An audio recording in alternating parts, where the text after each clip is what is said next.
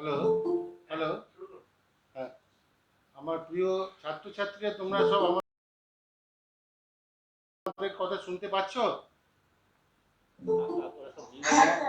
আচ্ছা, বাহ বাহ। তোমরা তোমরা তোমরা নিশ্চয়ই সব ভালো আছো। স্কুলে যেতে পারছো না, তোমাদের খুব দুঃখ। তো সেই জন্য আমরাও তোমাদের ডেকে বা তোমাদের নিয়ে আমরা যে প্রোগ্রামগুলো করি, এই এনজিসি প্রোগ্রাম, এনজিসিতে, সেটাও আমরা করতে পারছি না এই কোভিড সিচুয়েশানে। তাই তোমাদের আমরা ছবিতেই হচ্ছে আলোচনা করব আর কি। তো আজকে তোমরা জানো নিশ্চয়ই যে ওয়ার্ল্ড ওজোন ডে। সুতরাং এই দিনটা গতবারও আমরা পালন করেছিলাম, এবং আমাদের মাননীয় চেয়ারম্যান সাহেব প্রফেসর কল্যাণ রুদ্র তোমাদের হচ্ছে এই ব্যাপারে আলোকপাত করেছিল আর কি, ওজোন লেয়ার সম্পর্কে, ওজোন কিভাবে, ওজোন লেয়ার ডিপ্লিশন হচ্ছে। তা আজকের এই অনুষ্ঠান, আজকের এবছরেও আমরা এই অনুষ্ঠানটা আমরা করছি। তোমাদের আমাদের মাননীয় মেম্বার সেক্রেটারি রশ্মি সেন ম্যাডাম আছেন, উনি আমাদের হচ্ছে এই প্রোগ্রামে ইনাগুরাল স্পিচ দেবেন। এবং তারপরে তোমাদের খুবই পরিচিত মুখ মাস্টারমশাই আমাদের প্রফেসর কল্যাণ রুদ্র, আমাদের হচ্ছে কি স্পিকার, তিনি হচ্ছে তোমাদের হচ্ছে এটা জানাবে। এবং আর যারা মাস্টারমশাই আছেন, মাস্টারমশাই এবং দিদিমণিরা আমার আমার আমার আমার প্রণাম নেবেন। এবং আজকের আমরা আলোচনাটা শুরু করছি। ম্যাডাম, তোমরা যখন ম্যাডাম বলবে, ছাত্রছাত্রীরা তোমরা কিন্তু মিউট রাখবে আর কি। এবং বলার পর তোমাদের যদি কোনো জিজ্ঞাসা থাকে, প্রশ্ন থাকে, নিশ্চয়ই করবে আর কি। Madam please. আজকে ওয়ার্ল্ড ওজোন ডে। ওজোন ওয়ার্ডটা নিশ্চয়ই তোমরা ছাত্রছাত্রীরা প্রত্যেকেই শুনেছো। এটা একটা O3, একটা গ্যাসের নাম। তো এরকম একটা দিন আমরা কেন পালন করি? আজকে আমাদের মধ্যে তো আপনাদের প্রিয় এবং পরিচিত মানুষ আছেন, চেয়ারম্যান পলিউশন কন্ট্রোল বোর্ড। এখানে ছাত্রছাত্রীরা ছাড়া আরো অনেকেই পরিবেশ প্রেমী মানুষজন আছে। প্রত্যেক বছরই আলোচনা হয়, এবছরও হচ্ছে, কিছুটা মনে করিয়ে দেওয়ার জন্য যে ওজোন ডেটা কেন কেন এর গুরুত্ব, কেন এই ধরনের একটা দিনে আমরা একসাথে বসছি। একটা জিনিস, এই আজকে যে আলোচনা হবে সেটা নিয়ে কোনো পরীক্ষা হবে না, বা কেউ পড়া জিজ্ঞেস করবে না, বা কোনো না পারলে পরে কেউ বকবে না। সুতরাং সবাই খুব হালকা মনে হালকা মেজাজে শুনবে, এবং হালকা মনে হালকা মেজাজে প্রশ্ন থাকলে, জিজ্ঞাসা থাকলে জিজ্ঞেস করবে। এটার একটুখানি ঐতিহাসিক যে প্রেক্ষাপট সেটা বলে নি। আজ থেকে 34 বছর আগে মন্ট্রিলে একটা চুক্তি স্বাক্ষরিত হয়েছিল, মন্ট্রিল প্রোটোকল বলে যেটাকে। এবং তাতে বলা হয়েছিল যে যে যে জিনিসগুলোর জন্য আমাদের পরিবেশে যে ওজোন স্তর আছে সেটা ফুটো হয়ে যাচ্ছে, সেই জিনিসগুলোর ব্যবহার বন্ধ করতে হবে। এবার ওজোন স্তরটা কি, আমাদের যে পরিবেশে না বিভিন্ন স্তর থাকে, এবং তার মধ্যে একটা স্তর থাকে স্ট্র্যাটোস্ফিয়ারে, যেটা ওজোন লেয়ার আছে। ওজোন লেয়ারটা কিন্তু আমাদের রক্ষা করে সূর্যের যে আলট্রাভায়োলেট রে, অতি বেগুনি রশ্মি যেটা, সে আলট্রাভায়োলেট রে আমাদের ক্ষতি করে, আমাদের ত্বকে ক্ষতি করে, আমাদের স্বাস্থ্যে ক্ষতি করে, চোখের ক্ষতি করে। এই ওজোন স্তরটা কিন্তু আমাদের সুরক্ষিত করে। সুতরাং এই ওজোন স্তরটা যদি ফুটো হয়ে যায়, তাহলে সেই ফুটো দিয়ে তো আমাদের এই যে আলট্রাভায়োলেট রে এসে আমাদের ক্ষতি করবে। সুতরাং ওটা যদি কোনো মতেই ফুটো না হয়, সেটা আমাদের দেখতে হবে।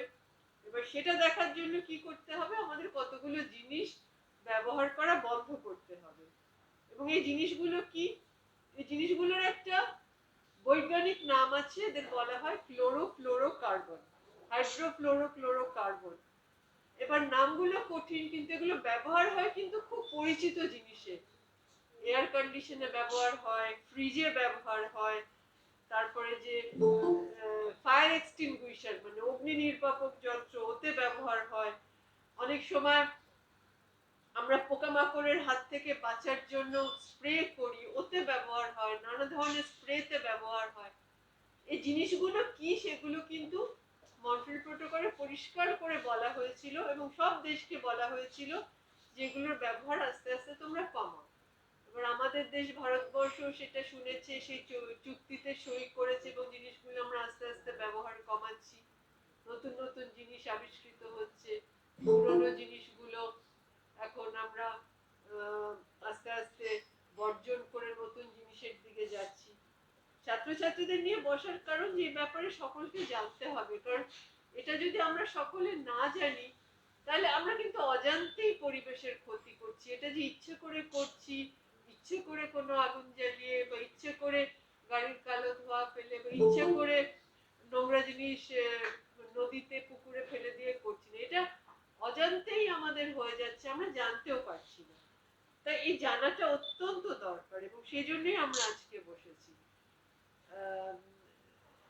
এবার এখানে যারা এসেছে ছোট ছোট ছেলেমেয়েরা, তোমরা কিন্তু আমাদের ভবিষ্যৎ, সুতরাং তোমরা যদি জানতে পারো তাহলেই কিন্তু আমাদের যে উদ্দেশ্য সেটা সফল হবে এবং তোমরা জেনে তোমাদের বাবা মাকে, পরিবারকে, সকলকেই কিন্তু এই ব্যাপারে তোমরা আবার জানাবে, আবার বোঝাবে, তোমরা তখন মাস্টার মশাই কাজ করবে।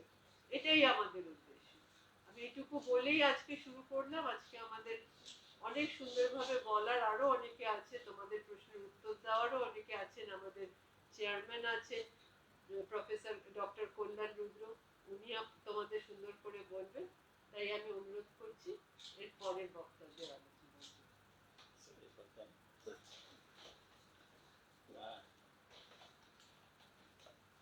আমার আগে যিনি বললেন উনি আপাতত অস্থায়ীভাবে হলেও আমাদের দূষণ নিয়ন্ত্রণ পর্ষদের সদস্য সচিব। উনি আজকের আলোচনার মূল সুরটা বেঁধে দিলেন। আর তোমরা যারা আমার প্রিয় ছাত্রছাত্রীরা আছো, শিক্ষক শিক্ষিকারা আছো, শিক্ষক শিক্ষিকারা আছেন, আমার সহকর্মীরা এখানে আছেন, এই হলেই আছেন, সকলকে আমার আজকের এই আন্তর্জাতিক যে ওজন দিবস তার জন্য আমি বিশেষভাবে শুভেচ্ছা জানাচ্ছি। ম্যাডাম এর আগে যা বললেন সেটার সূত্র ধরে বলি যে 1987 সালে কানাডার মন্ট্রিল শহরে যে 197টা দেশ যোগদান করেছিল একটি অনুষ্ঠানে, সবাই অবশ্য প্রথমে সই করেনি ওই প্রোটোকলটাতে বা চুক্তিটাতে, পরে আরো অনেকে যুক্ত হয়েছিল। এটা সেই সময় থেকে এটা হচ্ছে 34তম বছর এটা, যেটা সারা পৃথিবী জুড়ে এই দিনটা পালিত হচ্ছে। এবং এই চুক্তিটাকে ইউএনও সেক্রেটারি জেনারেল বলেছেন যে এটা একমাত্র সফল আন্তর্জাতিক চুক্তি যেটা সারা পৃথিবী জুড়ে সর্বত্র রাষ্ট্রনায়করা দেশ মেনে নিয়েছে এবং খুব সফলভাবে এই চুক্তিটা প্রয়োগ হয়েছে।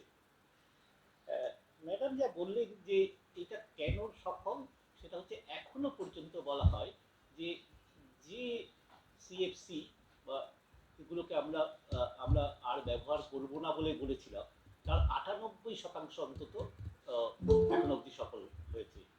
এবং আর যে সামান্য একটু এটাকে 7টা ভাগে সায়েন্টিস্টরা ভাগ করেছেন, যেসব ক্ষতিকর গ্যাসগুলো অতিবেগুনি রশ্মিকে, অর্থাৎ ম্যাডাম যা বললেন O3-কে ভেঙে O2 করে দেয়, O3-র বিশেষ ক্ষমতা আছে, সে অতিবেগুনি রশ্মিকে গ্রহণ করে নেয়, পৃথিবীতে ঢুকতে দেয় না।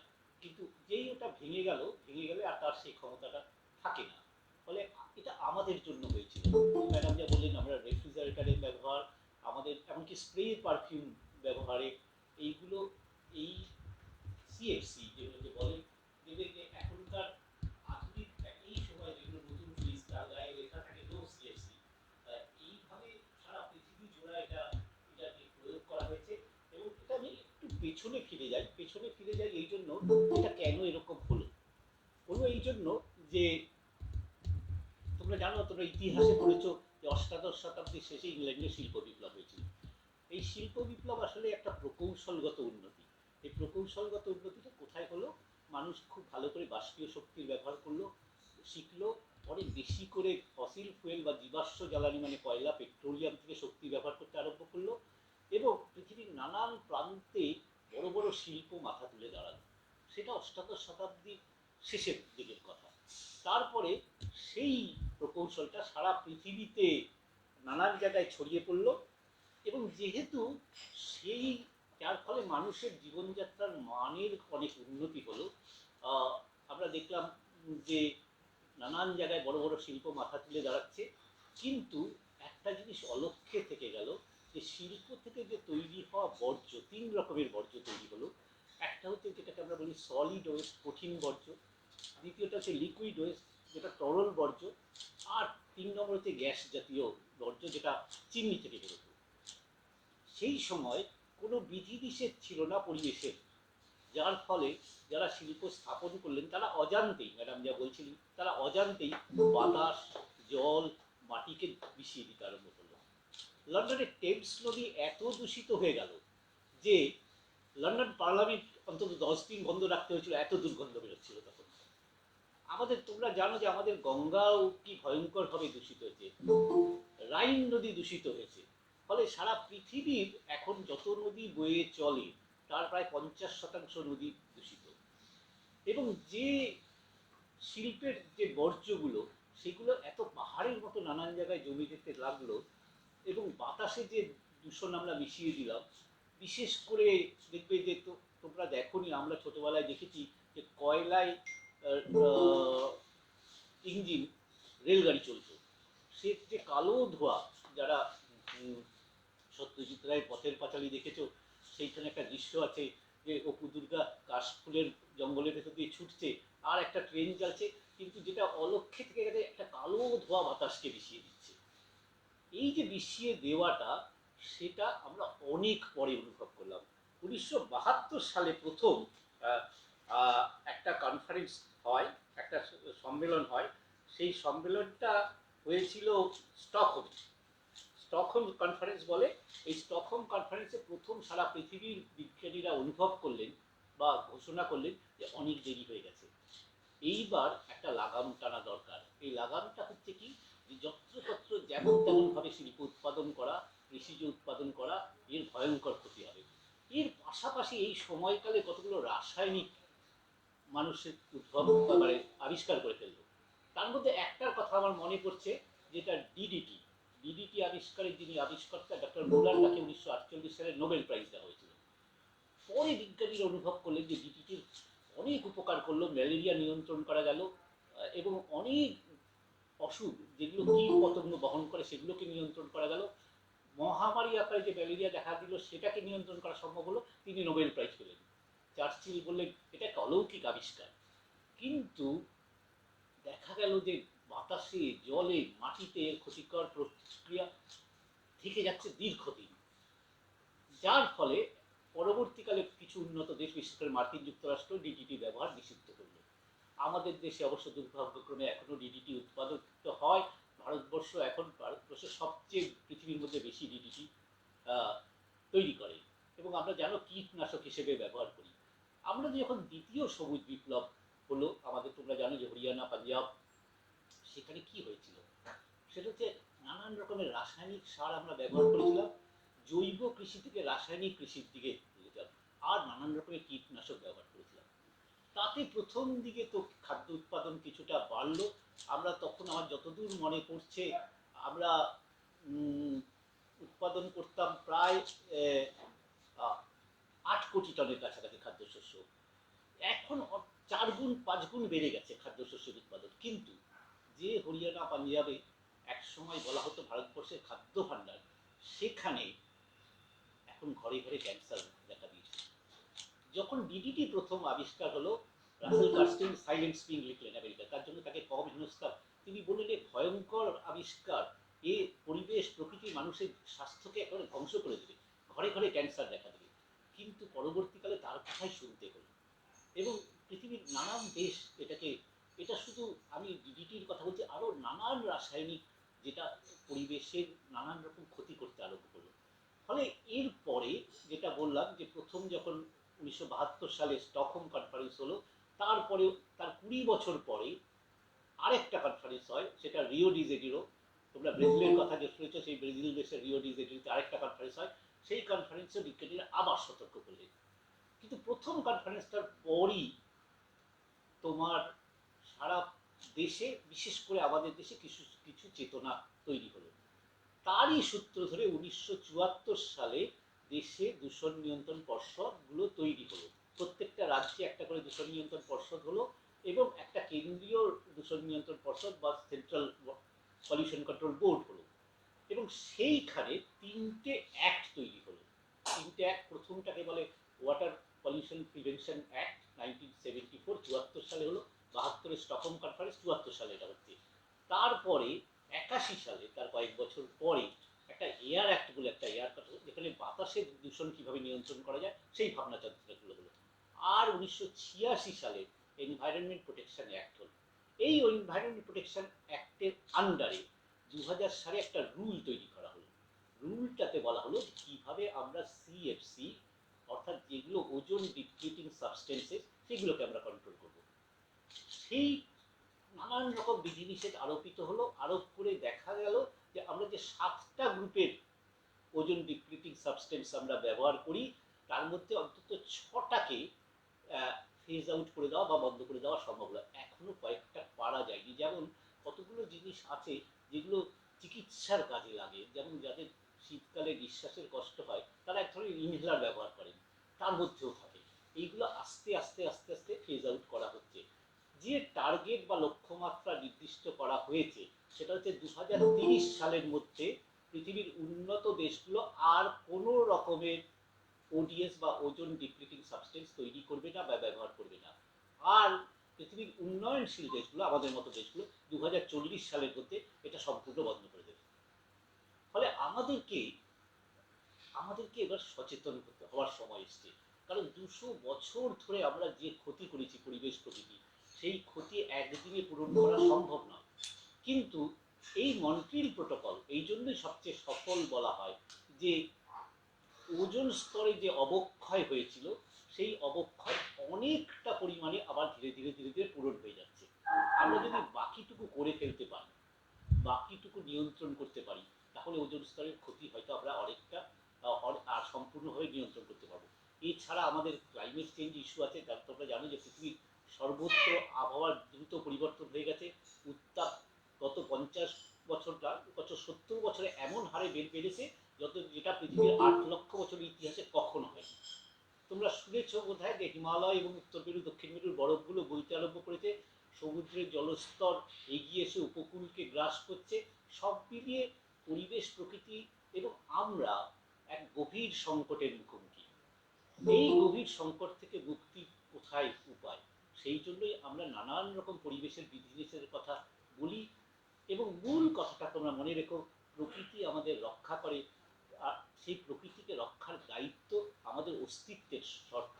আমাদের যারা যে বয়স হয়ে গেছে, আমাদের জীবন আমরা অনেকটা সময় কাটিয়ে ফেলেছি, কিন্তু তোমরা হচ্ছে ভবিষ্যতের নাগরিক। সেই জন্যই আমরা প্রতি বছর এই দিনটি সারা পৃথিবীর সাথে সাথে আমরাও দূষণ নিয়ন্ত্রণ পর্ষদের তরফ থেকে পালন করি।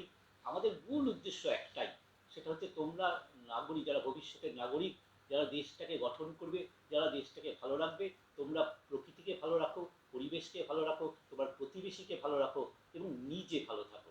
এক ভয়ঙ্কর দুঃসময়ের মধ্য দিয়ে আমরা চলেছি। এই দুঃসময়টা আমার জীবদ্দশায় কেন, কারোর জীবদ্দশায় ইতিহাসে খুব দেখা যায় না। স্প্যানিশ ফ্লুর কথা আমরা ইতিহাসে পড়েছি, সেটা নাকি অন্তত 2 বছর স্থায়ী হয়েছিল, তারপরে এটাকে অনেকটা নিয়ন্ত্রণ করা সম্ভব। আমাদের এই যে কোভিড-19, এটাও প্রায় 2 বছরের কাছাকাছি হতে চললো। এখনো আমরা ভয় পাচ্ছি দ্বিতীয় ওয়েভের পরে তৃতীয় আরেকটা ওয়েভ নাকি আসতে চলেছে। ফলে তোমরা খুব সতর্ক থেকো, খুব ভালো থেকো, খুব সাবধানে নিজেকে সুরক্ষিত রেখো এবং তোমার প্রতিবেশী, তোমার পরিবারকেও সুরক্ষিত রেখো। আমি আজকে এখন আর বেশি কথা বলবো না। এবার তোমরা যদি কোনো প্রশ্ন করো তাহলে আমি এবং আমাদের মেম্বার সেক্রেটারি, অন্যান্য সাইন্টিস্টরাও এখানে আছেন, সবাই মিলে আমরা চেষ্টা করবো তোমাদের প্রশ্নগুলোর উত্তর দেওয়ার। সকলে ভালো থেকো। আমাদের দূষণ নিয়ন্ত্রণ পর্ষদের তরফ থেকে শিক্ষকদের, শিক্ষিকাদের এবং আমার প্রিয় ছাত্রছাত্রীদের আরেকবার শুভেচ্ছা জানিয়ে আমার কথা আপাতত শেষ করলাম। নমস্কার।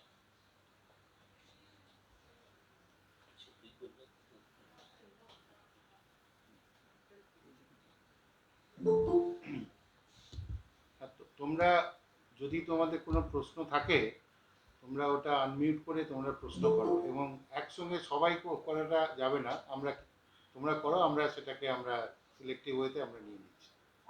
যে মেন তো ক্যারি ব্যাগ পজিশনের মেন যে ভূমিকাটা সেটা ক্যারি ব্যাগ গুলোকে যদি আমরা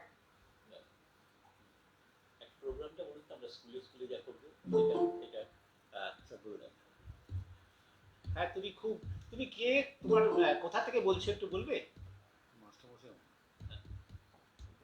হ্যালো হ্যালো, পরিচয়টা একটু দিয়ে। দিনাজপুর তপন আচ্ছা বেশ।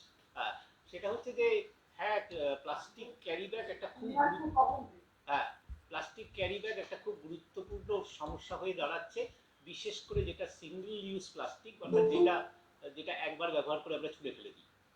সেইটা আমরা একটা এই প্রোগ্রামটা যেটা আমাদের ন্যাশনাল গ্রিন স্কুল প্রোগ্রাম আমরা চালাই, আমরা একটা পরিকল্পনার কথা ভেবেছি। সেটা হচ্ছে যে প্রত্যেকটা স্কুলে আমরা একটা করে বড় ধরনের বিন দেব। সেটা আমরা ছাত্রছাত্রীদের অনুরোধ করব যে তোমার বাড়িতে যত প্লাস্টিক ব্যবহার হচ্ছে, যেটা তুমি রাস্তায় ফেলে দিচ্ছ বা দূরে ছুঁড়ে ফেলে দিচ্ছ, সেটাকে তুমি নিয়ে এসো স্কুলে। স্কুলে জমা হবে ওটা। এই জমা হওয়ার পরে আমাদের কিছু রেজিস্টার্ড রিসাইক্লার আছে যারা ওই প্লাস্টিকটা থেকে আবার পুনর্ব্যবহার করে এবং তার থেকে অন্যান্য নানান জিনিস তৈরি করবে। তারা তোমার স্কুল থেকে ওটা নিয়ে আসবে, এবং যে ছেলেটি বা যে মেয়েটি সবচেয়ে বেশি পরিমাণ প্লাস্টিক নিয়ে আসবে সেই তাকে আমরা একটা বিশেষ পুরস্কার দেবো।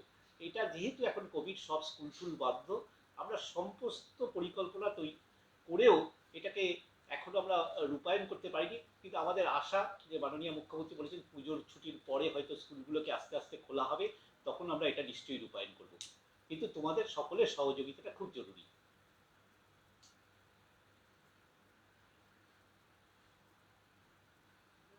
Thank you sir.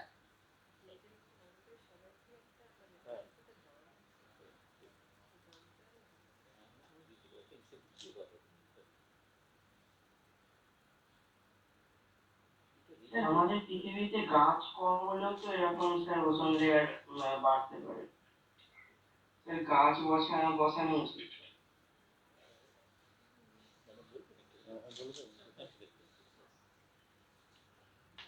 তোমার নামটা একটু বলো, এবং কোন স্কুল থেকে বলছো আর কি, একটু বলো, সবাই জানবে আর কি। Maheshtala high school, Priyanshu Sadhukhan, section A, roll 11, বাহ, আর ক্লাস 8। Very good. তুমি যে কথাটা বললে, এটা আমাদের হচ্ছে আমাদের সদস্য সচিব মাননীয় আছে আমাদের মেম্বার সেক্রেটারি এবং আমাদের চেয়ারম্যান সাহেব যেটা বললেন, এটা সিএফসি যেটা ক্লোরোফ্লোরোকার্বন, এটা স্যার বললেন যে এটা ইনহেলার হিসাবেও আমরা নিই, অর্থাৎ আমাদের এটা ক্ষতি করে না, কিন্তু এটা ক্ষতি করে কোথায়, এর একটা হাফ লাইফ পিরিয়ড আছে। বিজ্ঞানীরা যখন এটা আবিষ্কার করেছিল তখন এটা দেখেছিল যে মানুষের ডাইরেক্ট কন্ট্যাক্টে এসে বা মানুষ নিলে এর মানুষের কোনো ক্ষতি হয় না, কিন্তু তার হাফ লাইফ পিরিয়ডের পর দেখা যাচ্ছে সেটা একটা পার্টিকুলার হচ্ছে মানে বায়ুমণ্ডলের উপরে গিয়ে সেখানে যে ওজোন লেয়ারটা আছে সে O3টাকে সে ভেঙে দিয়ে O2 করে দিচ্ছে, অর্থাৎ লেয়ারটা থিন হয়ে যাচ্ছে, এবং সেখান থেকে আল্ট্রাভায়োলেট রে, যেটা অতিবেগুনি রশ্মি, আমাদের পৃথিবীতে আসছে, এবং পৃথিবীতে আসার ফলে এই ক্যান্সার যে হচ্ছে, যে স্কিনের ক্যান্সার, যেমন হচ্ছে দেখবে সানবাদ, এই যে সমুদ্রের ধারে যারা শুয়ে থাকতো হচ্ছে সূর্যের আলো নিত, সেটা মাঝখানে বন্ধ হয়ে গেছিলো, কিন্তু এখন দেখা যাচ্ছে যে যে সমস্ত আমাদের স্টেপসগুলো নেওয়া হয়েছে আফটার মন্ট্রিল প্রোটোকল, তাতে ওজোন লেয়ারের অবস্থা আগে থেকে অনেক বেটার আর কি। আর তুমি গাছের কথাটা যেটা বললে, সেটা কিন্তু এই ক্ষেত্রে কিন্তু প্রযোজ্য হচ্ছে না। গাছ আমাদের অক্সিজেন দেয় এবং সে কার্বন ডাইঅক্সাইড নেয় সালোক সংশ্লেষ প্রক্রিয়ার মাধ্যমে, কিন্তু ওজোন ইস্যুটা কিন্তু হচ্ছে ওজনের যে ক্লোরোফ্লোরোকার্বন, সেটা অক্সিজেন বা কার্বন ডাইঅক্সাইডের মতো নয় আর কি। হ্যাঁ, তোমার প্রশ্নটা খুব ভালো, কারণ গাছের কিন্তু খুব প্রয়োজনীয়তা। গাছ আমাদের পরিবেশকে অক্সিজেন দেয়, গাছ আমাদের মাটিকে শক্ত করে ধরে থাকে, যার জন্য ধস নামা, বা ওই যে বাঁধ ভেঙে যাওয়া এগুলো থেকে রক্ষা করে।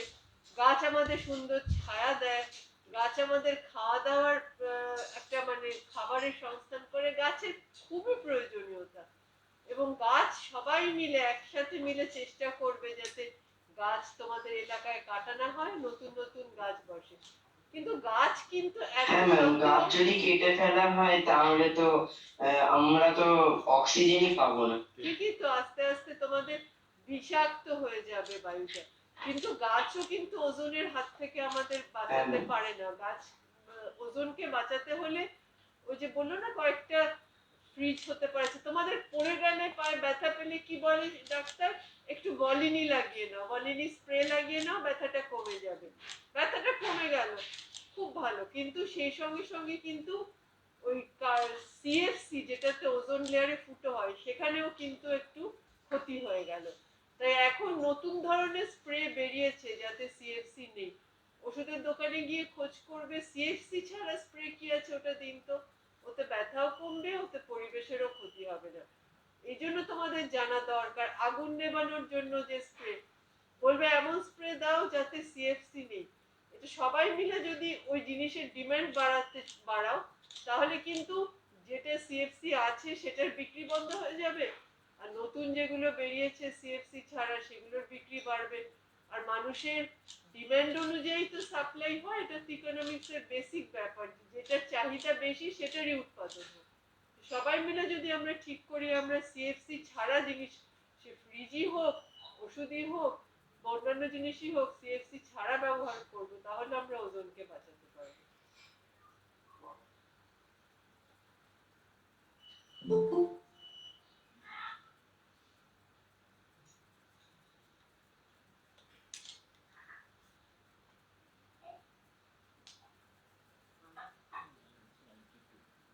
ছাত্রছাত্রীরা আর কেউ বলবে তোমরা? তাও প্রশ্ন আছে?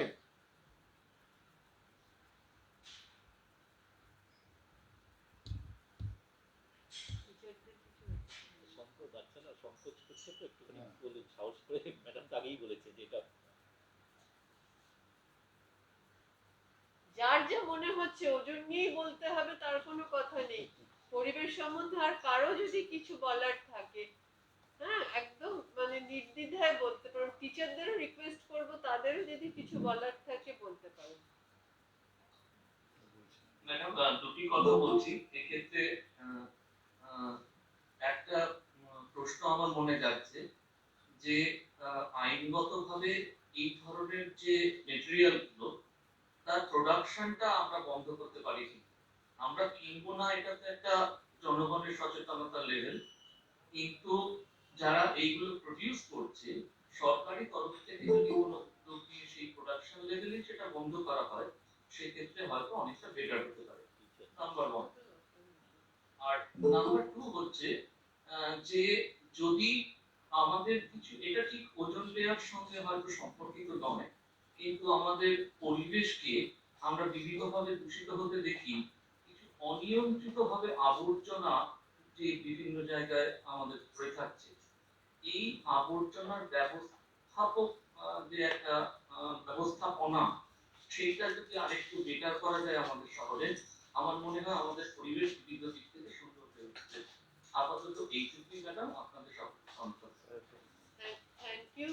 এটা সত্যি আমাদের সকলে মিলে শুধু সচেতন হলে চলবে না, যারা সরকারি দায়িত্বে আছে বা যারা রেগুলেটর মানে নিয়ন্ত্রণ করে তাদেরও অনেক নিয়ন্ত্রকের কাজটা কঠিন ভাবে করতে হবে। এটা ঠিকই বলেছে চেয়ারম্যান সাহেব। যদি একটু কিছু বলেন। দেখুন, আপনার প্রথম প্রশ্নটার উত্তরে বলি যে সরকার কিন্তু সেই 2000 সাল থেকে আমাদের দেশে অনেক রকমের একটা রুল তৈরি করে, আমি যেটা বললাম যে এনভায়রনমেন্ট প্রোটেকশন অ্যাক্টের আন্ডার একটা রুল তৈরি করে যেটাকে বলা হয় রুল 2000 আর কি, 2000 সাল থেকে, অর্থাৎ গত 21 বছর ধরে এই উৎপাদন নিয়ন্ত্রণ করেছে।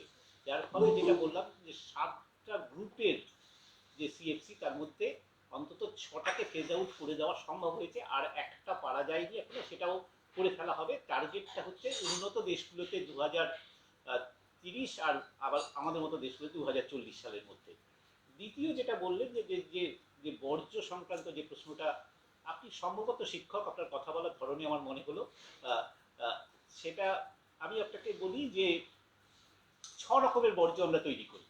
তার মধ্যে শুরু হয় গৃহস্থলী থেকে, তার মধ্যে বায়োমেডিক্যাল ওয়েস্ট আছে, বিভিন্ন ধরনের কনস্ট্রাকশন ওয়েস্ট আছে, হ্যাজার্ডাস ওয়েস্ট আছে, ইত্যাদি ইত্যাদি। 6 রকমের বর্জ্য আমরা, প্লাস্টিক ওয়েস্ট আছে, ইলেকট্রনিক ওয়েস্ট আছে, ইত্যাদি ইত্যাদি। কিন্তু এইটা যেটা ম্যাডাম বললেন যে দূষণ নিয়ন্ত্রণ পর্ষদ ছাড়াও নানান রকমের এই মিউনিসিপ্যালিটি, গ্রাম পঞ্চায়েতের মতো স্টেক হোল্ডাররা যেমন আছে, তেমনি আপনিও আছেন, মানে প্রত্যেকটা নাগরিকও আছে। আমার খুব ভালো মনে আছে ম্যাডাম, আমি যখন ছোটবেলায় বাবার হাত ধরে বাজারে যেতাম, বাবা দুটো ব্যাগ নিয়ে বাজারে যেতেন, একটিতে মাছ টাছ আর একটিতে তরকারি, আর সেটা ছিল ওই চটের এবং কাপড়ের, প্লাস্টিক ছিল না। কিন্তু আমাদের অভ্যাসটা গত কয়েক দশকে বদলে গেল, বোধহয় 15-20 বছরের মধ্যে এটা হলো। এখন আমি যে অঞ্চলটায় থাকি সেখানে অপেক্ষাকৃত অবস্থাপন্ন লোকেরাই বলবো, শিক্ষিত লোকেরাই, তারা বাজারে থলি হাতে করে বাজার যাওয়াটা অভ্যাসটাই ত্যাগ করেছে। তারা যান, বাজারে যান বা শপিং মলে যান, 5টা-6টা প্লাস্টিকের থলি আনে, তারপরে সেটাকে ছুঁড়ে রাস্তায় ফেলে। হ্যাঁ, এই যে অভ্যাসটা, এই অভ্যাসটা আমাদের পরিত্যাগ করা দরকার। আমি বলছি সিঙ্গেল ওয়েস্ট ইউজ প্লাস্টিক, যেটা যেটা একবার ব্যবহার করে, সেটা যতদূর সম্ভব আপনারা বর্জন করুন। একটা গণ আন্দোলনের মতো এটা একটা বিষয়। একটা দূষণ নিয়ন্ত্রণ পর্ষদ, একটা সরকার, একটা কেন্দ্রীয় সরকার এটা এককভাবে পারবে না, যদি না সবাই মিলে আমরা এগিয়ে আসি। সেই দায়িত্বটা খুব গুরুত্বপূর্ণ, সেই দায়িত্বটা আপনাদেরকেও পালন করতে হবে।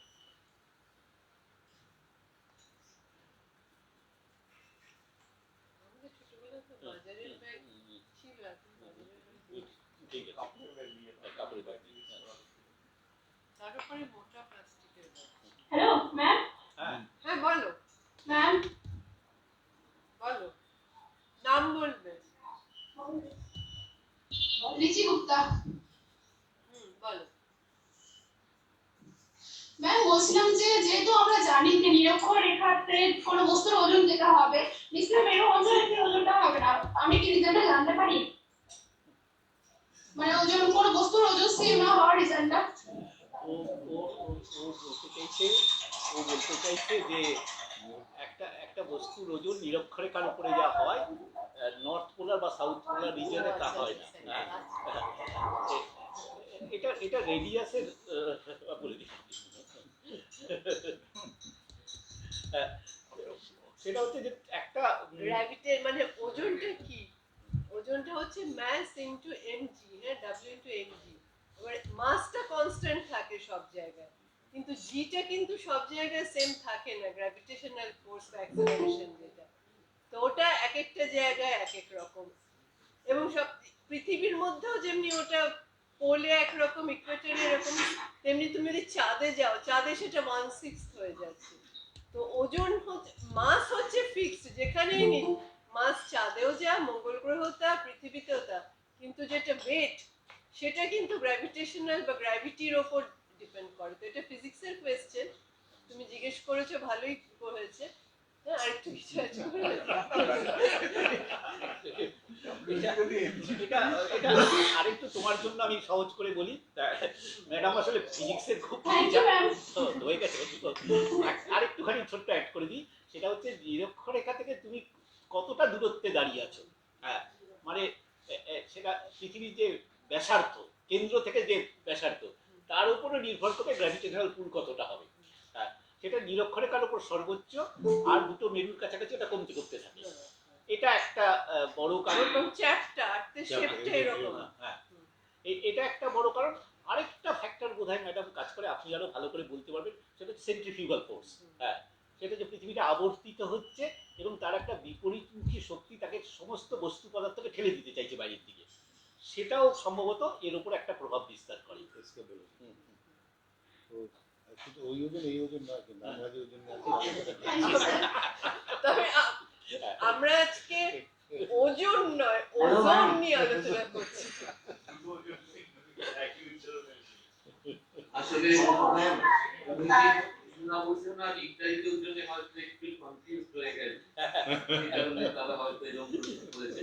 যাই হোক, এনিওয়ে বিজ্ঞান সম্পর্কে অনুসন্ধানটা সবসময়ই ভালো।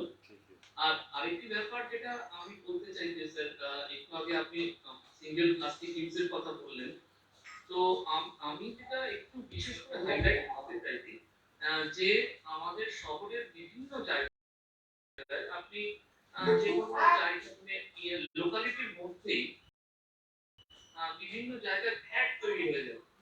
এই যে জায়গাগুলোকে আমরা নির্দিষ্ট যদি এমন কিছু জায়গায় করা হয়, একটু আইসোলেটেড জায়গায়, সেক্ষেত্রে হয়তো সাধারণ মানুষের জীবনযাত্রার দিক থেকে এবং এই পলিউশনের সেটার থেকেও আমরা কিছুটা উদ্ধার পেতে পারি।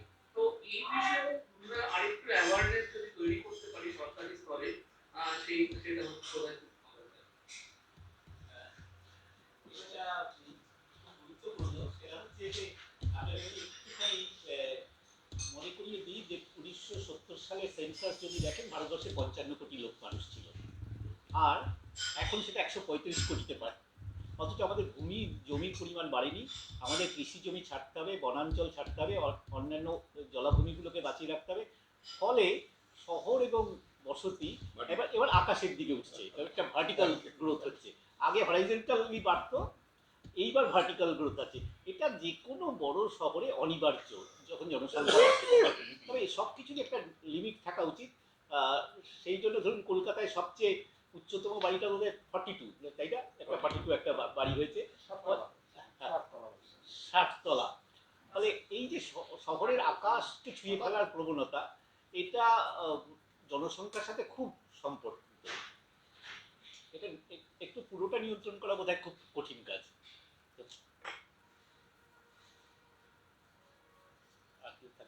নমস্কার স্যার ম্যাডাম, আমি অনিন্দিতা দেব, বেতন কলেজিয়েট স্কুলের ক্লাস 11 এর ছাত্রী। আমার প্রশ্নটা হচ্ছে যে আমরা যে এইভাবে প্লাস্টিক ব্যবহার করি, অনেকভাবে আমরা অনেক জনসাধারণ সচেতনতা করার চেষ্টা করি, কিন্তু সেভাবে কিন্তু ফল আমরা দেখতে পাচ্ছি না। তো আমরা যদি প্লাস্টিকটাকে আইনগত দিক থেকে ব্যান করার কোনো চেষ্টা করতে পারি, তাহলে আমার মনে হয় যে প্লাস্টিক ব্যবহারটা হয়তো আরেকটু কম হতে পারে, সমস্যা থেকে আমরা মুক্তি পেতে পারি। বিভিন্ন জায়গায় দেখি আমাদের শহরের কোথাও প্লাস্টিক জড়ো হয়ে পোড়ানো হচ্ছে, সেই ধোঁয়াতেও তো ওজন লেয়ারটা ক্ষতিগ্রস্ত হচ্ছে। তো প্লাস্টিক কিন্তু আমরা নানান ভাবে চেষ্টা করছি বন্ধ করার, কিন্তু কোনোভাবে সেরকম ফল কিন্তু পাচ্ছি না। তাই যদি আইনগত দিক থেকে কোনো মানে ব্যান করা যেত, তাহলে মনে হয় ভালো হতো। নমস্কার। বেতুন স্কুল থেকে অনিন্দিতা, তুমি চিন্তা ভাবনা করছো, প্রশ্ন করেছো, খুবই ভালো লাগলো, এবং তুমি ঠিক প্রশ্নই করেছো তোমার দিক থেকে। একটা জিনিস, আমাদের দেশে, ভারতবর্ষে আইন কিন্তু খুব ভালো, মানে সারা পৃথিবীতে এত সুন্দর আইন প্রত্যেক ক্ষেত্রে, এত সুন্দর আইন কিন্তু কোনো দেশেই নেই। প্রত্যেকটা ব্যাপারেই কিন্তু আমাদের আইন চিন্তা ভাবনা করে, আলোচনা করে খুব সুন্দরভাবে লেখা আছে, এবং প্লাস্টিক বর্জনের আইনও খুব সুন্দর, খুব স্ট্রং আইন আছে। আইনের সঙ্গে সঙ্গে সরকারি নির্দেশনামা আছে। যেটা আমাদের দেশে কম, সেটা হচ্ছে সে আইনকে প্রণয়ন করার মানসিকতা, চেষ্টা এবং প্রবণতা। আইনের কিন্তু কোনো ঘাটতি নেই। প্লাস্টিক আগে ছিল কত মিলিমিটার? 50 মিলিমিটার থিকনেসের বেশি প্লাস্টিক ব্যান্ড ছিল, আর এখন সেটাকে বাড়িয়ে 75 মিলিমিটার করা হয়েছে ব্যান্ড, একদম অর্ডার হচ্ছে ব্যান্ড। 22 সালে হচ্ছে 120, এবং বলা হচ্ছে 22 সালে 120 মিলিমিটারের নিচে থিকনেস যদি থাকে সে প্লাস্টিক ব্যান্ড। এবার আইন তো হয়ে গেল, আইনটাকে তো প্রণয়ন করতে হবে, এবং সেটা আমরা আছি নিশ্চয়ই, সরকার আছে, পর্ষদ আছে, সেই সঙ্গে সঙ্গে সাধারণ মানুষও আছে, আরো স্টেক হোল্ডার আছে, মিউনিসিপ্যালিটি গুলো আছে, পরিবারগুলো আছে, সকলকে মিলেই চেষ্টা করতে হবে আইনটাকে প্রণয়ন করার জন্য। আইন করে কিন্তু সেটা শেষ, এবং সব থেকে সহজ কিন্তু আইন বানানো খুব সহজ। কজন বসলো, আলোচনা করলো, আইন হলো, লোকসভায় বা বিধানসভায় পাস হলো, বেরিয়ে গেল। আইন বানানো খুব সহজ, কিন্তু আইনটাকে প্রণয়ন করে, এনফোর্স, যেটা ইংরেজিতে বলা হয় এনফোর্স করা, প্রণয়ন করা, সেটা সব থেকে বড় চ্যালেঞ্জ, এবং সেটা কিন্তু একা সরকার করতে পারবে না। এবং আমরা মনে করি ছোট ছোট ছেলেমেয়েরা কিন্তু আমাদের পাশে থাকলে আমরা শক্তি আরো অনেক বেশি পাবো। সকলকে মিলেই কিন্তু এটা প্রণয়ন করতে হবে। অনিন্দিতা, আমি একটা কথা বলবো তোমাকে, সেটা হচ্ছে একটা বিভ্রান্তি জনমনে তৈরি হয় মাঝে মাঝে। সেই বিভ্রান্তিটা হচ্ছে প্লাস্টিককে পৃথিবীর কোনো উন্নত দেশ সম্পূর্ণ বর্জন করেনি। কারণ প্লাস্টিক নানান রকমের তার গুণ আছে। এ জল নিরোধক, এ হালকা, কিন্তু এর সবচেয়ে বড় দোষ হচ্ছে যে এটা মাটিতে জলে মেশে না, যাকে আমি ইংরেজিতে বলি এটা বায়োডিগ্রেডেবল নয়। এখন তুমি সকালবেলা উঠে যখন দাঁত ব্রাশ করছো সেটাও প্লাস্টিকের একটা ব্রাশ দিয়ে, আর সারাদিনে আমরা নানান রকম প্লাস্টিক ব্যবহার করতে থাকি। যেটা একদম আধুনিক বিজ্ঞান বলছে যে তোমাকে ওই সিঙ্গেল ইউজ প্লাস্টিকটাকে তুমি বন্ধ করো, আর বাকিগুলোকে তুমি রিসাইকেল করো, অর্থাৎ পুনর্ব্যবহার করো। অর্থাৎ আমরা যেটা করি না সেটা হচ্ছে এটা পুনর্ব্যবহারটা করি না। এই পুনর্ব্যবহারের চেষ্টাটা সম্প্রতি আরম্ভ হয়েছে। সেটা হচ্ছে যে এই ফেলে দেওয়া প্লাস্টিকগুলো থেকে আমরা কি কি কি কি তৈরি করতে পারি। এই কাজটা ইউরোপ খুব ভালোভাবে করে, পৃথিবীর উন্নত দেশগুলো খুব ভালোভাবে করে। তারা প্লাস্টিকটাকে সম্পূর্ণ বর্জন করার কথা এখন আর কেউ বলছে না, কিন্তু ওই যেগুলো সবচেয়ে পাতলা প্লাস্টিক যেগুলো আমরা ফেলে দিই সেগুলোকে একেবারেই সম্পূর্ণ বন্ধ করার কথা বলা হচ্ছে, কিন্তু বাকিগুলোকে পুনর্ব্যবহার করা, ওটাকে আবার নতুন করে কি অন্য কোনো দ্রব্যে আমি যে চেয়ারটায় বসে আছি তার হ্যান্ডেলগুলো প্লাস্টিকের, এটার ব্যবহারের শেষে এটাকে আবার নতুন করে কি কাজে আমরা ব্যবহার করব, এইটাই এখন আমাদের মূল লক্ষ্য। কিন্তু একটা কথা তুমি যেটা বলেছো সেটা সত্যি, সেটা হচ্ছে পাতলা প্লাস্টিকগুলোর ব্যবহার একেবারে বর্জন করতে হবে। সেটা তোমারও খুব দায়িত্ব আছে। আমি ছেলেমেয়েরা আছে বলে একটা ছোট গল্প বলি। আমি কয়েকদিন মাস দুয়েক আগে একটা ফল কিনতে গেছিলাম একটা দোকানে। আমার পাশে যে ভদ্রলোক কিনছিলেন তার পাশে তার মেয়ে দাঁড়িয়েছিল। মেয়েটির বয়স বড়জোর 10 বছর। তো আমি তো ব্যাগ নিয়ে যাই, আমি ফলটা নিয়ে আমার ব্যাগে রেখেছি। উনি ওই ভদ্রলোক ওই দোকানদারকে বললেন যে আমাকে প্লাস্টিকে দিন। তো উনি দোকানদার যেহেতু আমাকে চিনতো, বললো না আমরা তো প্লাস্টিক দিই না আজকাল, বলে তাহলে তো আমি নেব না। পাশে ওই মেয়েটি বললো বাবা এটা তোমার অন্যায় হচ্ছে, তোমার তোমার প্লাস্টিক নেওয়া উচিত নয়। তো আমি মেয়েটিকে জিজ্ঞেস করলাম যে মা তোমাকে এটা কে শিখিয়েছে? বললেন আমার টিচার বলেছে প্লাস্টিক ব্যবহার করা অন্যায়, এটা আমাদের নেওয়া উচিত নয়। এই হচ্ছে একটা ছাত্রছাত্রীর ভূমিকা। ও কিন্তু ওর বাবাকে সংশোধন করলো এবং ওর বাবা চলে গেলেন, ব্যাগ নিয়ে পরে এসে ফল নিয়েছিলেন। এইটা তুমিও পারো। ফলে এটা একটা, আমি আবারও বলছি, এটা একটা আন্দোলনের মতো। তোমাদের খুব গুরুত্বপূর্ণ ভূমিকা আছে, তোমরাও এটাতে একটা জনচেতনা তৈরির চেষ্টা করো। আর যেটা বললেন চেয়ারম্যান সাহেব, মোটা প্লাস্টিকের ব্যাগ নিতে কিন্তু কোনো ক্ষতি নেই। মানে মোটা বাজারের ব্যাগ যেটা বাজার করে এনে আবার ধুয়ে আবার পরদিন নিয়ে গেলাম, আবার রেখে দিলাম, বড় প্লাস্টিকের যে ব্যাগ আছে বাজার করার, সেগুলোতে কোনো বাধা নেই। ইনফ্যাক্ট আমরা যখন ট্রেনিং নিচ্ছিলাম, এই চাকরিতে ঢোকার পর আমাদের ট্রেনিং হয় মসুরি বলে একটা জায়গায়, আমাদের ট্রেনিং হয় Lal Bahadur Shastri national academy for অ্যাডমিনিস্ট্রেশনে। ওখানে পাহাড় উত্তরাখণ্ড হয়ে গেছে, তখন ওটা উত্তরপ্রদেশই ছিল। তো ওখানে প্লাস্টিকে খুব ক্ষতি হচ্ছে, বিশেষ করে পাহাড়ে, যেহেতু পাহাড়ের ধার দিয়ে প্লাস্টিক এসে একদম জলের ড্রেনেজ বন্ধ করে ধস করে খুব ক্ষতি করে। তো আমরা তখন ওখানকার ট্রেনিরা সবাই মিলে প্লাস্টিক বন্ধ করার চেষ্টা করছিলাম, এবং আমরা তখন এই প্লাস্টিকের প্যাকেট নিয়ে সেগুলো বিনুনি বিনুনি করে তারপরে সেগুলো লাগিয়ে আমরা খুব সুন্দর সুন্দর ব্যাগ, ওখানকার তখন সেলফ হেল্প গ্রুপের কনসেপ্ট অতটা ছিল না, আমরা মেয়েদের গ্রুপ তৈরি করে ওই প্লাস্টিক দিয়ে ব্যাগ বানিয়ে সেই ব্যাগ বিক্রি করে মেয়েদেরই কিছু রোজগার বাড়ানোর চেষ্টা করেছিলাম। সুতরাং প্লাস্টিক দিয়ে যদি শক্তপোক্ত ব্যাগ হয় তাহলে কোনো অসুবিধা নেই, কিন্তু ওই পাতলা প্লাস্টিক যেটা লোকে ছুঁড়ে ফেলে দেয় সেটাই ক্ষতি। একটু কদিন আগে আমি একটা দেখছিলাম বিজ্ঞাপন, প্লাস্টিক থেকে জুতো তৈরি করেছে, এরকম ফেলে দেওয়া প্লাস্টিক কালেক্ট করে জুতো তৈরি করেছে, স্পোর্টসের জুতো তৈরি করেছে, এবং সেটা খুব পপুলারও হয়েছে। অনেক কিছু বানানো যেতে পারে প্লাস্টিক থেকে, এবং প্লাস্টিকটা আমাদের প্রয়োজন, আমাদের অনেকভাবে সাহায্য করে।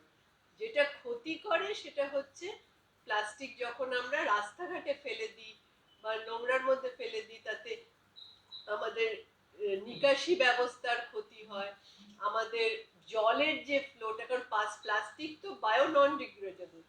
সমুদ্রে নদীতে আমরা যদি প্লাস্টিক ফেলে দিই তাহলে পশু পাখি যদি সেই প্লাস্টিক খেয়ে ফেলে তাহলে তারা অসুস্থ হয়ে যায়। সুতরাং এই পাতলা প্লাস্টিকের বিরুদ্ধে আমাদের যুদ্ধ করতে হবে। মোটা প্লাস্টিক ভালো, মোটা প্লাস্টিক নিয়ে চিন্তার কিছু নেই। হ্যাঁ ম্যাম, আমি ওই প্লাস্টিকের কথাই বলছিলাম। হ্যাঁ, স্যার ম্যাম বলছি যে 1 থেকে 10-এর মধ্যে কারা কারা আছে আরেকবার বলবেন ম্যাম, আমি তো আমি ছিলাম না। তুমি আরেকবার প্রশ্নটা করো, আরেকবার প্রশ্নটা করো, আমরা শুনবো। ম্যাম হ্যাঁ,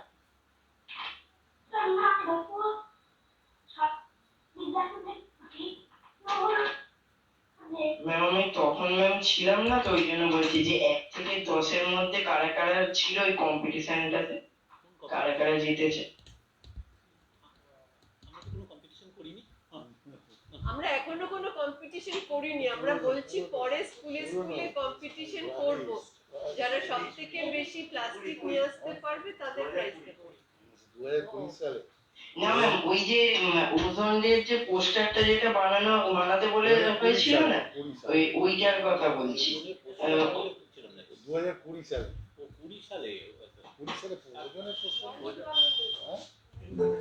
ওয়ার্ল্ড এনভায়রনমেন্ট ডে, ওয়াল এনভায়রনমেন্ট ভুল বলেছে আপনি বলেছেন যে সেটা পুরস্কার দেওয়া হয়ে গেছে। হ্যালো হ্যালো, হ্যাঁ শুনতে পাচ্ছ? হ্যাঁ স্যার বলুন। বলছি যে ওটা তো হচ্ছে হ্যাঁ স্যার। ওয়ার্ল্ড এনভায়রনমেন্ট ডেতে, ওজন ডেটের জন্য নয়, কিন্তু তুমি একটু বাবা গুলিয়ে ফেলেছো।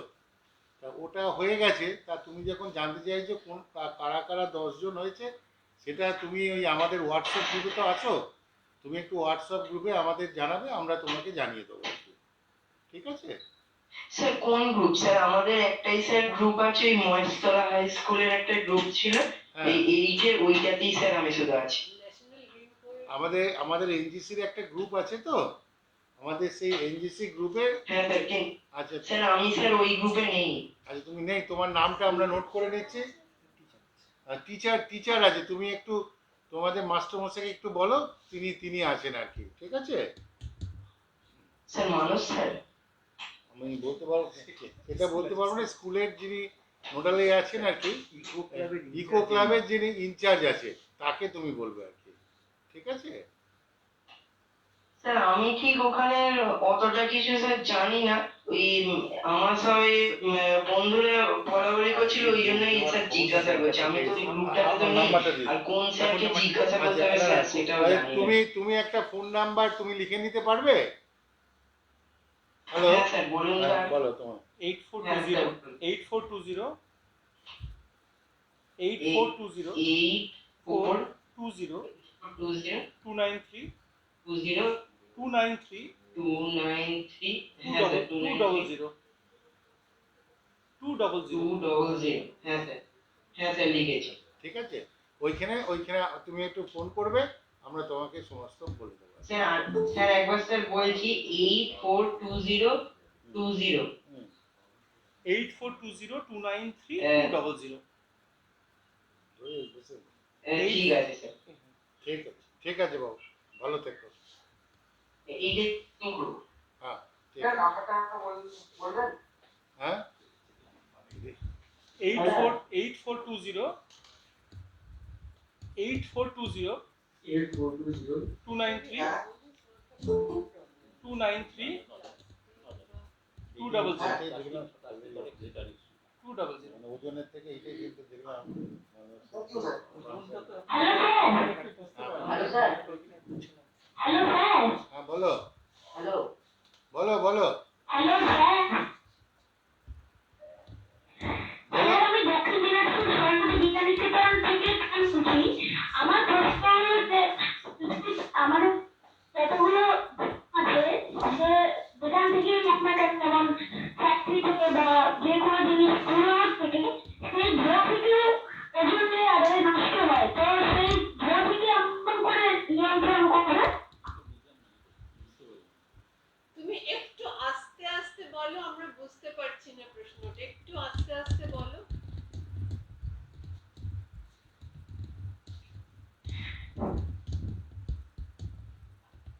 আমরা পৃথিবীতে যত রকম ধোঁয়া আছে, যে কোনো জিনিস পুরনো পুরানো থেকে সেই ধোঁয়াতেও লেয়ারে নষ্ট হয়। তো সে ধোঁয়া থেকে আমরা ধোঁয়াটা আঁচড় করে নিয়ন্ত্রণ করবো। বলছে কারখানা থেকে ধোঁয়া বেরোয়, সে ধোঁয়াতেও তো ওজনটা নষ্ট হয়। পুরোনো জিনিস পুড়িয়ে পুরোনো জিনিস পুড়িয়ে, হ্যাঁ, তাহলে সেটা কিন্তু সেটা তো নয়, ধোঁয়াতে দূষণ হয়। তো দূষণ ওজনটাও তো নষ্ট হয়। দূষণ হয় এবং ওটা হচ্ছে বলে দিন, আপনি বলে দিন। এটা হচ্ছে আর এক ধরনের দূষণ। আজকের আমরা যেটা নিয়ে আলোচনা করছিলাম এটা ঠিকই, যদি আমরা কারখানার ধোঁয়া বা কোনো কিছু পুরনো জিনিস তুমি বলছো যে পুরানো হয়, এখান থেকে যে কার্বন ডাই অক্সাইড যেটা বেরোয়, সেই কার্বন ডাই অক্সাইডটাও কিন্তু আমাদের বায়ুমণ্ডলে একটা আচ্ছাদন সৃষ্টি করে এবং তার ফলে একটা যে গ্রিন হাউস গ্যাস, এটা আমাদের এখানে কি হয়, উত্তাপ বাড়িয়ে দেয় পৃথিবীর ভূমণ্ডলকে এবং তার ফলে যে গ্লেসিয়ারগুলো, যেগুলো বরফের গ্লেসিয়ারগুলো যেগুলো আছে সেইগুলো গলে যায় এবং এর ফলে বন্যার সৃষ্টি হয়, সমুদ্রের জলতল বৃদ্ধি পায়। এটা কিন্তু একটা অন্য আসপেক্ট এবং এটার সঙ্গে আজকের যে ওজনের যে ম্যাডাম এবং হচ্ছে আমাদের হচ্ছে স্যার যে বললেন আর কি, এটা কিন্তু একটু আলাদা। এটাও একটা তোমার নিশ্চয়ই প্রশ্ন থাকতেই পারে, এটাও একটা ইস্যু আর কি, যে বায়ুমণ্ডলের দূষণের একটা নিশ্চয়ই হচ্ছে অন্যতম হচ্ছে একটা কারণ। আমি একটা কথা বলি, জিনিসপত্র পোড়ানোটা কিন্তু খুব ভালো কাজ নয়। স্পেশালি যখন যারা গ্রামের দিকে থাকে তাদের বলছি, যখন ধানটা উঠে যায়, ধানটা কেটে তুলে নেওয়া হয়, তখন যে পড়ে থাকে একটু একটু ধানের গোড়াটা গোড়াগুলো, সেগুলো না পুড়িয়ে দেয় অনেক জায়গায়, কিন্তু সেটা করা ঠিক নয়। এই যে পুড়িয়ে দেয় তার ফলে কিন্তু খুব দূষণ হয়। সেগুলোকে পুরো তুলে ফেলতে হবে বা মাটির সাথে মিশিয়ে দিতে হবে, তারপরে আবার নতুন বীজ বপন করতে হবে বা নতুন নতুন চারা লাগাতে হবে। পুড়িয়ে দিলে কিন্তু খুব খারাপ। এটা গ্রামের দিকে অনেকেই করছে, আমাদের আগে এই নিয়মটা ছিল না। আগে হয়তো পাঞ্জাব হরিয়ানাতে এসব করতো, আমাদের রাজ্যে কিন্তু এরকম পোড়ানোর নিয়ম ছিল না, কিন্তু এখন দেখছি অনেকেই পুড়িয়ে দিচ্ছে। এটাও কিন্তু বন্ধ করা খুব দরকার। ম্যাডাম এটা আরেকটু বলে দিন, যে আগে ম্যানুয়ালি কাটা হতো, এখন মেশিনে কাটা হচ্ছে হলে যে ধোঁয়াটা থাকছে সেটা আগে লাঙলে হচ্ছে ওই মাঠের মধ্যেই দিয়ে দিত, মিশিয়ে দিত, এখন সেটা উঠে গেছে, এখন মেশিনে হারভেস্টিং হচ্ছে। যেহেতু লোকের হাতে টাইম কম আজকাল, থ্যাংক ইউ স্যার। হ্যাঁ, সবাই চটপট কাজ চায়, তো চটপট কাজ করতে গিয়ে অনেক ক্ষতি হচ্ছে। মেশিন দিয়ে কাটছে, ফলে ওই গোড়াগুলো অনেক বড় বড় থেকে যাচ্ছে এবং পুড়িয়ে দিচ্ছে। আগে হাত দিয়ে একদম মানে মূল থেকে উৎপাটিত করা হতো এবং তারপর লাঙল দিয়ে মিশিয়ে দেওয়া হতো। তাতে কিন্তু খুব ভালো, মানে এই যে সয়েল যেটা, তার কিন্তু খুব ভালো উৎকর্ষ বৃদ্ধি হতো। কিন্তু এখন যে নিয়মটা করছে তাতে শুধু পরিবেশের ক্ষতি হচ্ছে না, আমাদের সয়েলও কিন্তু খারাপ হয়ে যাচ্ছে। সয়েল বায়োডাইভার্সিটি সব হ্যাঁ। জল বলে দিন, হ্যাঁ, অনেক প্রাণী যারা সয়েলে থাকে, মাটিতে রাইজোবিয়াম যেগুলো মাটি থেকে আমাদের পুষ্টি দেয়, তারাও মরে যাচ্ছে এই পুড়িয়ে দেওয়ার জন্য।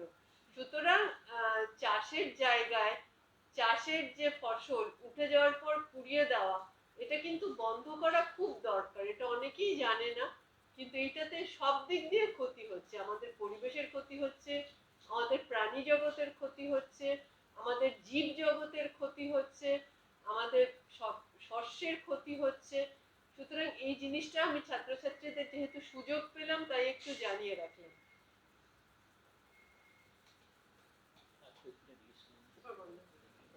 তাহলে তোমরা ভালো থেকো, পুজো আসছে, বেশি পুজো প্যান্ডেলে যাবে না, বাইরে থেকে দেখবে যা কোভিড সিচুয়েশন আছে, সেই কোভিড পরিস্থিতিতে তোমরা কিন্তু সেইভাবে আনন্দ করবে। আমরা আবার তোমাদের সঙ্গে মিলিত হব অন্য কোনো ইস্যু নিয়ে। তোমরা ভালো থেকো আর কি, মন দিয়ে পড়াশোনা করো আর কি, ঠিক আছে? ধন্যবাদ। Thank you sir. Thank you, thank you, thank you সবাইকে। ভালো থেকো, সুস্থ থেকো, পুজোতে একটু মজা করো, সাবধানে মজা করো।